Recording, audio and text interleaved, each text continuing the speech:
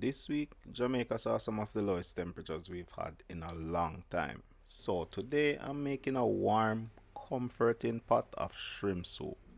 It's quick, simple, and full of flavor. Perfect for the chilly weather. But this is also one of those soups you really have to slow down and savor. Let's not waste any time and jump right in. On medium heat, I'm starting with about 4 cups of water. To that, I'm adding a pound of diced pumpkin. It cooks very easily, but I want it to really break down, so I'm adding it early. Pumpkin, specifically West Indian pumpkin or calabaza, is the backbone of most Jamaican soups. It's dense, not watery, with an earthy, sometimes slightly sweet flavor. It adds flavor, color, and texture, and honestly, a good pumpkin can put your soup leagues ahead. This one looks excellent. I'm also adding one whole fresh corn, cut up. Fresh field corn is usually preferred for Jamaican soups over sweeter varieties because it gives you that real corn flavor without extra sweetness. With the base building, now it's time to layer in some aromatics. One medium chopped onion, 3 smashed cloves of garlic, and about half a tablespoon of dry pimento or allspice. That's it for now. This soup comes together quickly, so most things go in early. I'm keeping it simple here, but you could add other starchy veg like yam, dasheen, or even breadfruit. Might as well just add another corn, especially since I'm not adding a lot of variety.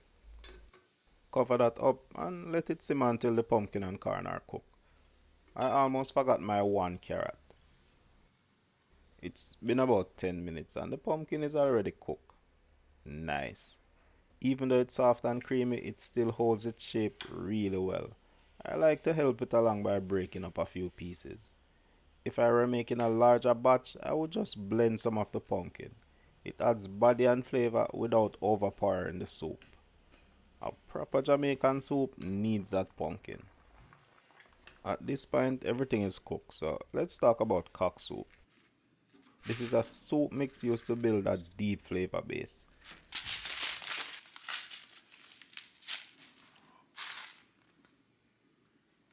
Pumpkin is so important to our soup that there's even a pumpkin flavored version, but I prefer the OG cock soup, so I'm adding an entire pack. It's salty, so keep that in mind. The noodles in the mix will thicken the soup, so if you want a thinner soup, just run it through a sieve.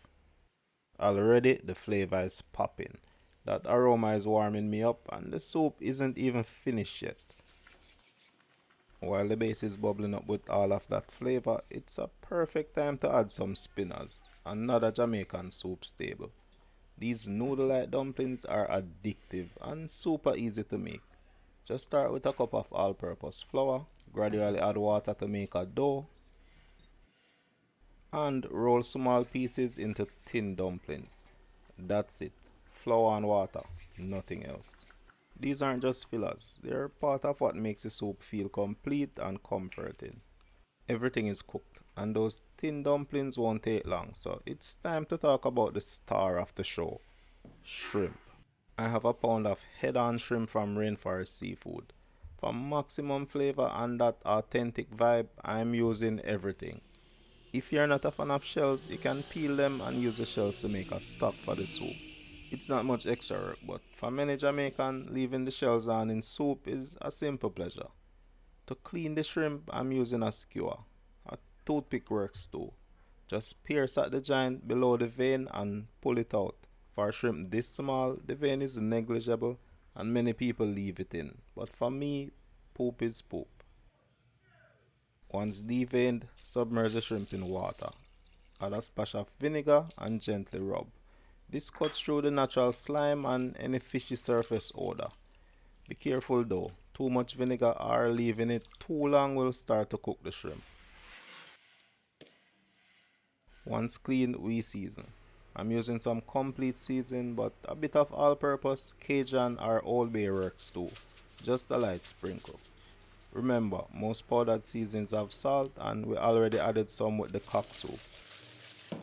Toss slightly and set aside to soak up some flavor. This goes into the soup at the end because shrimp cooks quickly.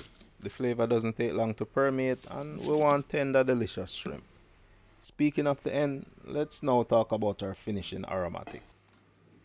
First up is fresh scotch, 2 stalks of scallion and fresh thyme.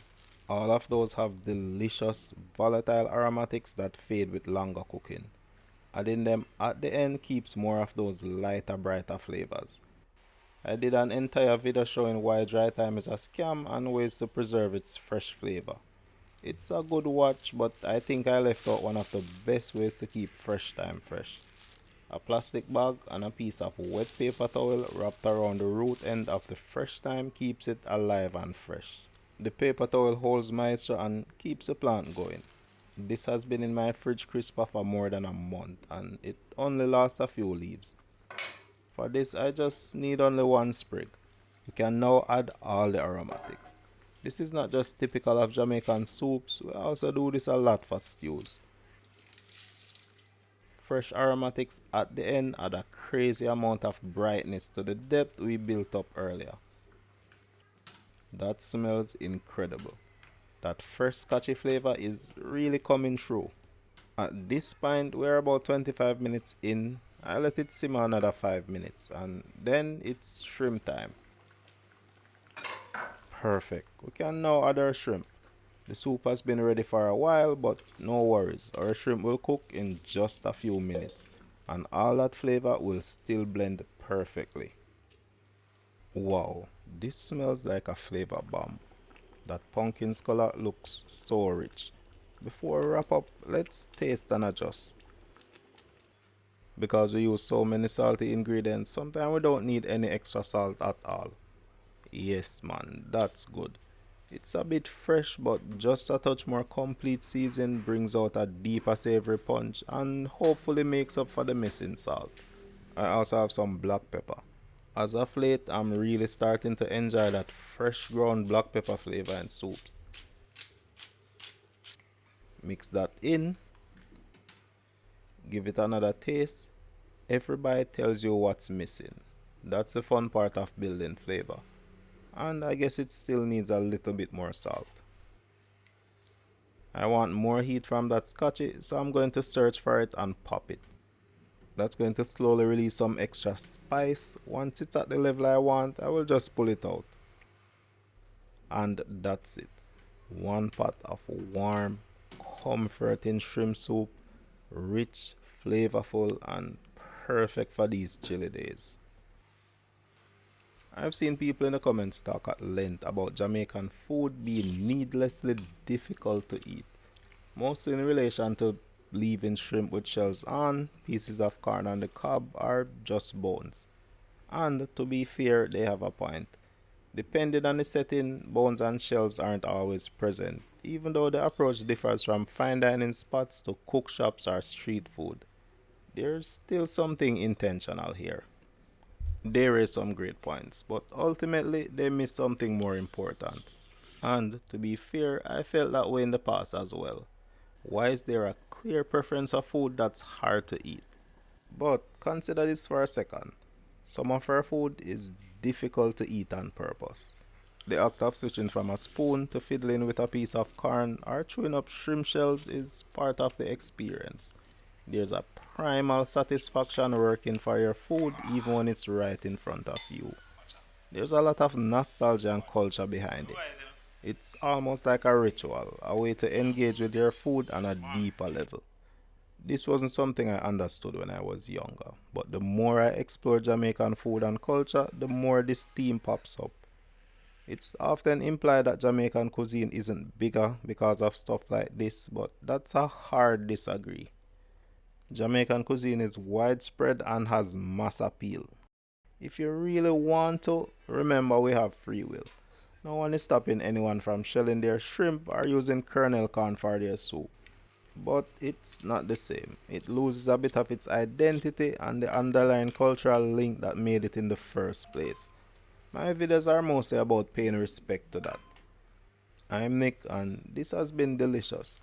I hope you're staying safe and warm out there. Thanks a ton for stopping by. Bless up and I'll catch you in the next one.